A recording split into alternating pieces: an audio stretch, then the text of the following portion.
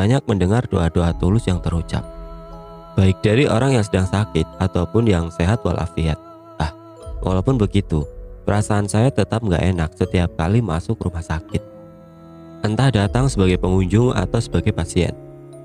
Beberapa kali juga saya lihat sedihnya perpisahan, bukan dari sisi yang ditinggalkan, tetapi dari sisi yang meninggalkan, alias yang berpulang. Ahmad adalah salah satu teman baik saya. Kami berteman sejak SMU. Ketika kami kuliah pun sama-sama di Bandung, walaupun beda kampus. Singkat cerita, pada suatu hari Ahmad mengabarkan bahwa bapaknya dirawat di rumah sakit Hasan Sadikin Bandung tepatnya. Peristiwa ini terjadi pada masa awal-awal saya kuliah. Kala itu masih kos di daerah Jalan Cibelet, Bandung. Belum tinggal di rumah teteh. Karena jarak kos dan rumah sakit Hasan Sadikin cukup dekat, saya langsung meluncur ke sana ketika Ahmad memberikan kabar itu. Sebelumnya saya sudah dengar kabar kalau Pak Solehin, bapaknya Ahmad, sudah sakit-sakitan sejak lama. Saya dengar juga belakangan ini sakitnya bertambah parah. Saya lupa waktu itu hari apa, tapi sekitar jam 9 malam, saya tiba di rumah sakit Hasan Sadikin Bandung. Waktu itu RSHS masih belum direnovasi besar-besaran seperti sekarang. Masih bangunan lama dengan arsitektur Belanda zaman dulu. Rumah sakit ini tergolong besar, memanjang dari Jalan Aikman sampai ke Jalan Pastor. Gak tahu deh seberapa panjang bangunannya. Yang pasti kalau kita masuk dari lobi depan sampai ke bangunan paling belakang cukup ngos-ngosan. Bisa guling deh kalau yang belum tahu. Gedung bangunan tempat Pak Solehin dirawat cukup jauh di belakang. Saya berjalan hampir sampai di ujung komplek bangunan rumah sakit.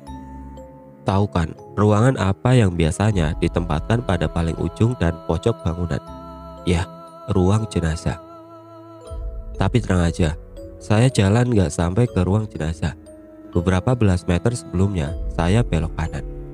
Waktu itu, karena mungkin masih sekitar jam 9 malam, lingkungan RSHS belum sepi-sepi amat. Masih ada beberapa orang lalu lalang di sekitaran gedung rawat inap. Gak susah mencari ruangan Pak Solehin. Saya langsung bisa menemukannya begitu masuk ke gedung ruang perawatan. Ketika sudah di dalam ruangan, saya lihat cuma ada Ahmad dan Pak Solehin. Ahmad dengan telaten sedang membalur badan bapaknya dengan minyak kayu putih. Setelah ngobrol sebentar dengan Pak Solehin, Ahmad mengajak saya untuk ngobrol di luar ruangan supaya bapaknya dapat beristirahat. Kami duduk di kursi kayu di depan gedung. Di situ Ahmad cerita banyak. Intinya, penyakit radang paru-paru yang diderita bapaknya sudah tergolong parah. Menurut Ahmad, kalau dalam minggu-minggu ini gak ada perkembangan bagus, maka keluarga memutuskan untuk membawa pulang. Dirawat di rumah saja. Setelah ngobrol ngalor ngidul sampai jam 12 malam, saya memutuskan untuk pulang. Sebelumnya Ahmad minta tolong agar besok harinya saya datang lagi ke rumah sakit, menemani dia menginap di situ. Saya menyanggupi dan saya pun pulang. Malam itu gak terjadi apa-apa. Keesokan harinya setelah beres kuliah, saya gak langsung ke RSHS memenuhi permintaan Ahmad. Saya memutuskan untuk pulang dulu ke kosan. Rencananya baru ke rumah sakit selepas maghrib. Sial, malam itu saya ketiduran. Terbangun sekitar jam 11 malam. Buru-buru saya bersiap jalan ke rumah sakit. Sebelum jalan saya coba telepon Ahmad, tapi HP-nya nggak aktif. Ya sudah, saya putuskan langsung ke rumah sakit. Nggak sampai 15 menit saya sampai. Memang sudah terlalu malam. Seharusnya pengunjung sudah enggak diperbolehkan masuk. Saya coba telepon Ahmad sekali lagi, tetap belum aktif juga. Saat itu posisi saya berada di lobi dan mencoba sekali lagi telepon Ahmad supaya menjemput saya di lobi. Tapi tetap belum aktif juga HP-nya. Nekat, ketika Pak Satpam teralihkan fokusnya, saya nyelonong masuk dan sukses. Sekitar jam setengah 12 malam itu suasananya beda dengan yang saya rasakan pada malam sebelumnya. Jauh lebih sepi. Sepanjang lorong yang saya lalui hening banget. Gak ada orang yang saya lihat lalu lalang.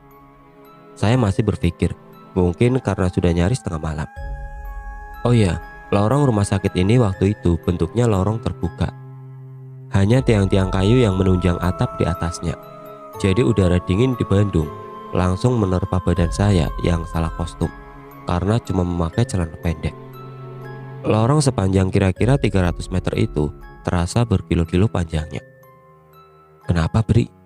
Karena perasaan saya mulai gak enak. Sejak masuk ke area gedung ruang rawat inap, saya gak melihat orang lain satupun. Sepi, hanya terdengar langkah kaki saya saja. Udara semakin dingin, suasana semakin hening. Saya takut.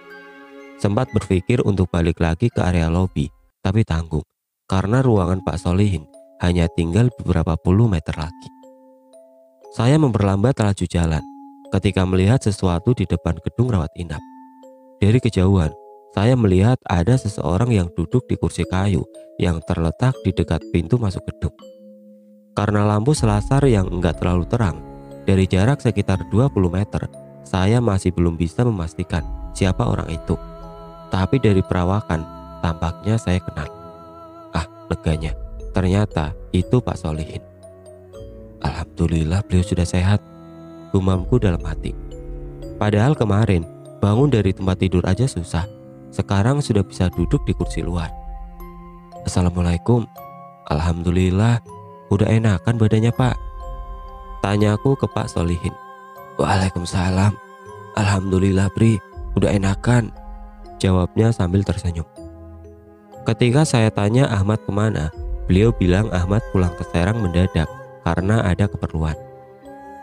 Kota Serang, Provinsi Banten adalah kampung halaman Pak Solihin dan keluarga. Cukup jauh dari Bandung. Ah, sialan si Ahmad, gak bilang-bilang kalau pulang mudik. Udah gitu HP-nya gak bisa dihubungi. Kalau tahu gitu, kan saya gak akan datang ke rumah sakit. Terus, Bapak sama siapa di sini? Siapa yang nungguin? Gak ada yang nunggu, gak apa-apa. Bapak udah enakan kok, jawab Pak Solihin sambil tersenyum. Kami duduk bersebelahan di kursi kayu panjang. Gak ada orang lain di sekitar. Perawat-perawat yang biasanya seliweran pun gak ada sama sekali. Kami berdua lebih banyak diam tanpa perbincangan, karena saya juga jarang banget ketemu beliau.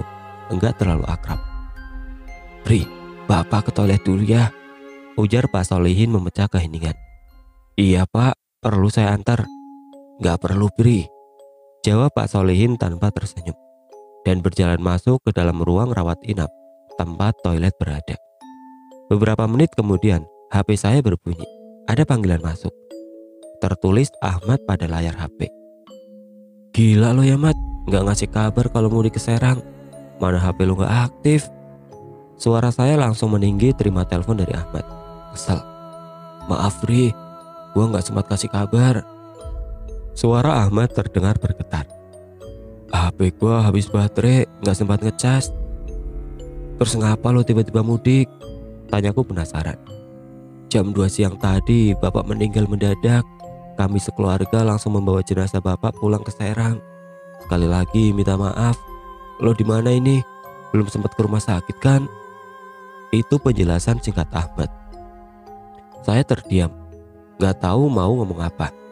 Saya tambah kaget lagi ketika melihat Pak Solihin keluar dari ruangan tempat dia dirawat sebelumnya dan berjalan ke tempat semula, yaitu kursi kayu tempat saya duduk saat ini. Badan saya lemes. Pembicaraan dengan Ahmad di HP langsung saya putus. Beliau berjalan mendekat tanpa senyuman dan duduk di sebelah saya seperti semula. Pada saat itu saya baru sadar kalau beliau terlihat pucat. Saya nggak bisa lari. Kami hanya duduk terdiam, gak ada percakapan karena saya nggak tahu mau bicara apa. Badan saya gemetar dan berkeringat dingin. Saya membaca doa terus-terusan di dalam hati, berusaha membangun keberanian. Itulah 5 menit terpanjang dalam hidupku. Selama kira-kira 5 menit itu, Pak Solihin hanya menatap kosong ke arah depan, dan saya gak berani sedikit pun melirik ke arah beliau. Suasana hening. Pada akhirnya, pelan-pelan beliau mulai terlihat hendak memutar kepala ke arah kiri, ke arah saya duduk. Mulai nengok ke arah saya. Saya gak tahan dirundung ketakutan. Sebelum Pak Solihin berkata sesuatu apapun, saya sontak berdiri dan berkata, Pak, saya pulang dulu ya. Bapak yang tenang. Assalamualaikum. Waalaikumsalam. jawab Pak Solehin dengan tatapan kosong. Wajahnya pucat, beda dengan waktu saya lihat di awal pertemuan tadi. Saya diambang pingsan. Saya paksa kaki untuk melangkah menjauh, pergi ke arah lobi. Ketika belum terlalu jauh, saya nengok ke belakang, ke arah Pak Solehin duduk. Beliau masih ada. Ketika sudah agak jauh, saya menoleh kembali ke arah belakang. Beliau udah gak ada. Alhamdulillah, saya bergegas pulang. Besok paginya saya berangkat ke Serang, ke rumah almarhum untuk melayat. Sampai sekarang saya gak pernah cerita peristiwa ini kepada Ahmad. Saya simpan untuk diri sendiri saja. Kita lanjut ke cerita berikutnya. Kita mundur beberapa tahun sebelumnya, ketika saya masih kelas 2 SMP. Waktu itu saya harus menjalani operasi amandel karena menurut dokter sudah infeksi akut. Rumah sakit tempat saya operasi adalah Rumah Sakit Pelni di Jakarta Barat. Waktu itu, operasi amandel masih harus rawat inap setelahnya. Gak tahu deh kalau sekarang. Operasi dilakukan pagi hari, sekitar jam 10-an. Alhamdulillah operasi berjalan lancar waktu itu. Sore harinya, setelah saya benar-benar sadar dari pengaruh bius, Bapak bilang, saya harus menginap sendirian di rumah sakit malamnya. Ada tetangga yang meninggal. Oleh karena itulah Bapak dan Ibu harus pulang ke Cilegon. Ya sudah, mau gimana lagi? Emang harus sendirian. Gak apa-apa Bri, kan ada suster-suster perawat di sini. Tenang aja, ucap salah seorang perawat ketika Bapak menitipkan saya ke mereka. Sekitar jam 5 sore, Bapak, Ibu, dan Kakak pun pulang. Mulailah saya sendirian di ruangan itu. Saya dirawat di ruang perawatan kelas 2. Jadi di dalam satu kamar ada 2 tempat tidur untuk 2 pasien. Tapi malam itu gak ada pasien lagi selain saya.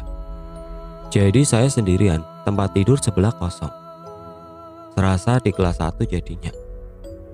Nah, peristiwa ini adalah salah satu penyebab kenapa saya sangat menghindari tidur sendirian di dalam satu ruangan yang ada 2 tempat tidur. Entah itu rumah sakit, hotel, ataupun lainnya, trauma. Saya lupa kamar ini di lantai berapa. Yang saya ingat, ukuran kamar cukup besar. Ada TV di tengah ruangan. Saya ambil tempat tidur yang letaknya dekat pintu keluar. Sementara tempat tidur yang kosong ada di sebelah kiri, dekat jendela. Hanya dibatasi oleh tirai putih. Malam menjelang, waktu itu suasana di lantai tempat saya dirawat cukup sepi. Karena tempat tidur saya letaknya di sisi dekat lorong.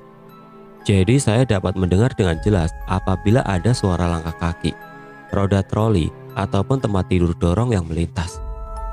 Seperti yang saya bilang, malam itu sepi. Hanya sesekali terdengar langkah kaki perawat, kadang sambil mendorong troli. Sekitar jam 9 malam, ada perawat yang masuk ke kamar. Dia tanya keadaan dan mengingatkan untuk meminum obat. Setelah itu beliau menyuruh saya untuk tidur. Malam itu saya masih dalam keadaan sedikit pusing. Mungkin akibat masih ada sisa-sisa pembiusan saat operasi siang harinya. Saya masih nggak bisa bicara juga karena tenggorokan sakit banget. Untuk minum air aja masih sakit, apalagi ngomong. Seperti biasa, TV saya biarkan dalam keadaan menyala dengan volume suara yang kecil. Nggak ada firasat apa-apa malam itu. Sekitar jam 10 malam saya tertidur sendirian. Sekitar jam 1 malam saya terjaga.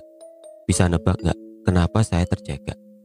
Terjaga tapi masih memejamkan mata. Saya merasa ada yang memegang kening saya. Tangan yang megang kening saya terasa dingin dan memaksa saya untuk membuka mata pelan-pelan. Samar-samar saya melihat ternyata di sebelah tempat tidur berdiri seorang wanita berpakaian baju terusan panjang yang kusam dengan wajah bule, rambut warna gelap. Saya bengong seperti terhipnotis ketika dia terlihat tersenyum sambil tangan kirinya masih tetap di kening saya. Saya masih gak menyadari siapa perempuan itu. Gak bisa berkata-kata dan berbuat apapun. Kemudian pelan-pelan dia menuangkan obat sirup yang ada di meja ke sendok makan. Dan dengan pelan-pelan juga menyuapinya ke mulut saya. Seingat saya, itu obat sirup beneran.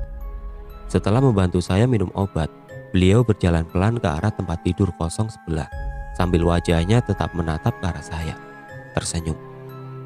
Saya masih gak bisa berbuat apa-apa, ketika dia membaringkan diri di tempat tidur kosong dengan posisi miring ke kanan ke arah saya. Senyuman gak pernah lepas dari wajahnya. Salahnya saya waktu itu, tirai yang memisahkan dua tempat tidur dibiarkan terbuka. Harusnya saya tutup. Akibatnya, kami berdua bisa bertatap-tatapan lama. Di titik ini, saya mulai amat sangat ketakutan. Saya baru sadar kalau perempuan itu bukan manusia adalah ketika dia mulai bersenandung dengan suara lirihnya. Suara yang terdengar mengambang. Langsung lemes badan saya.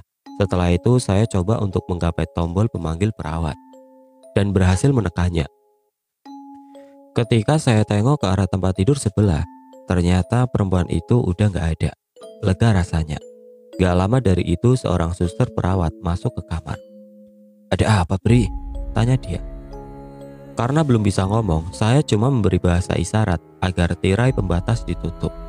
Setelah menutup tirai, perawat keluar kamar dan menutup pintu. Situasi kembali hening.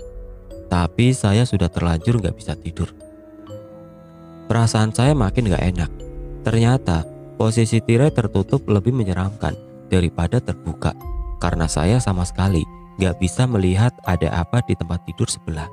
Benar saja, beberapa saat kemudian saya mendengar suara perempuan itu bersenandung lagi dari balik tirai. Kali ini terdengar lebih seram, karena saya sudah sepenuhnya sadar saya gak bisa lari kemana-mana.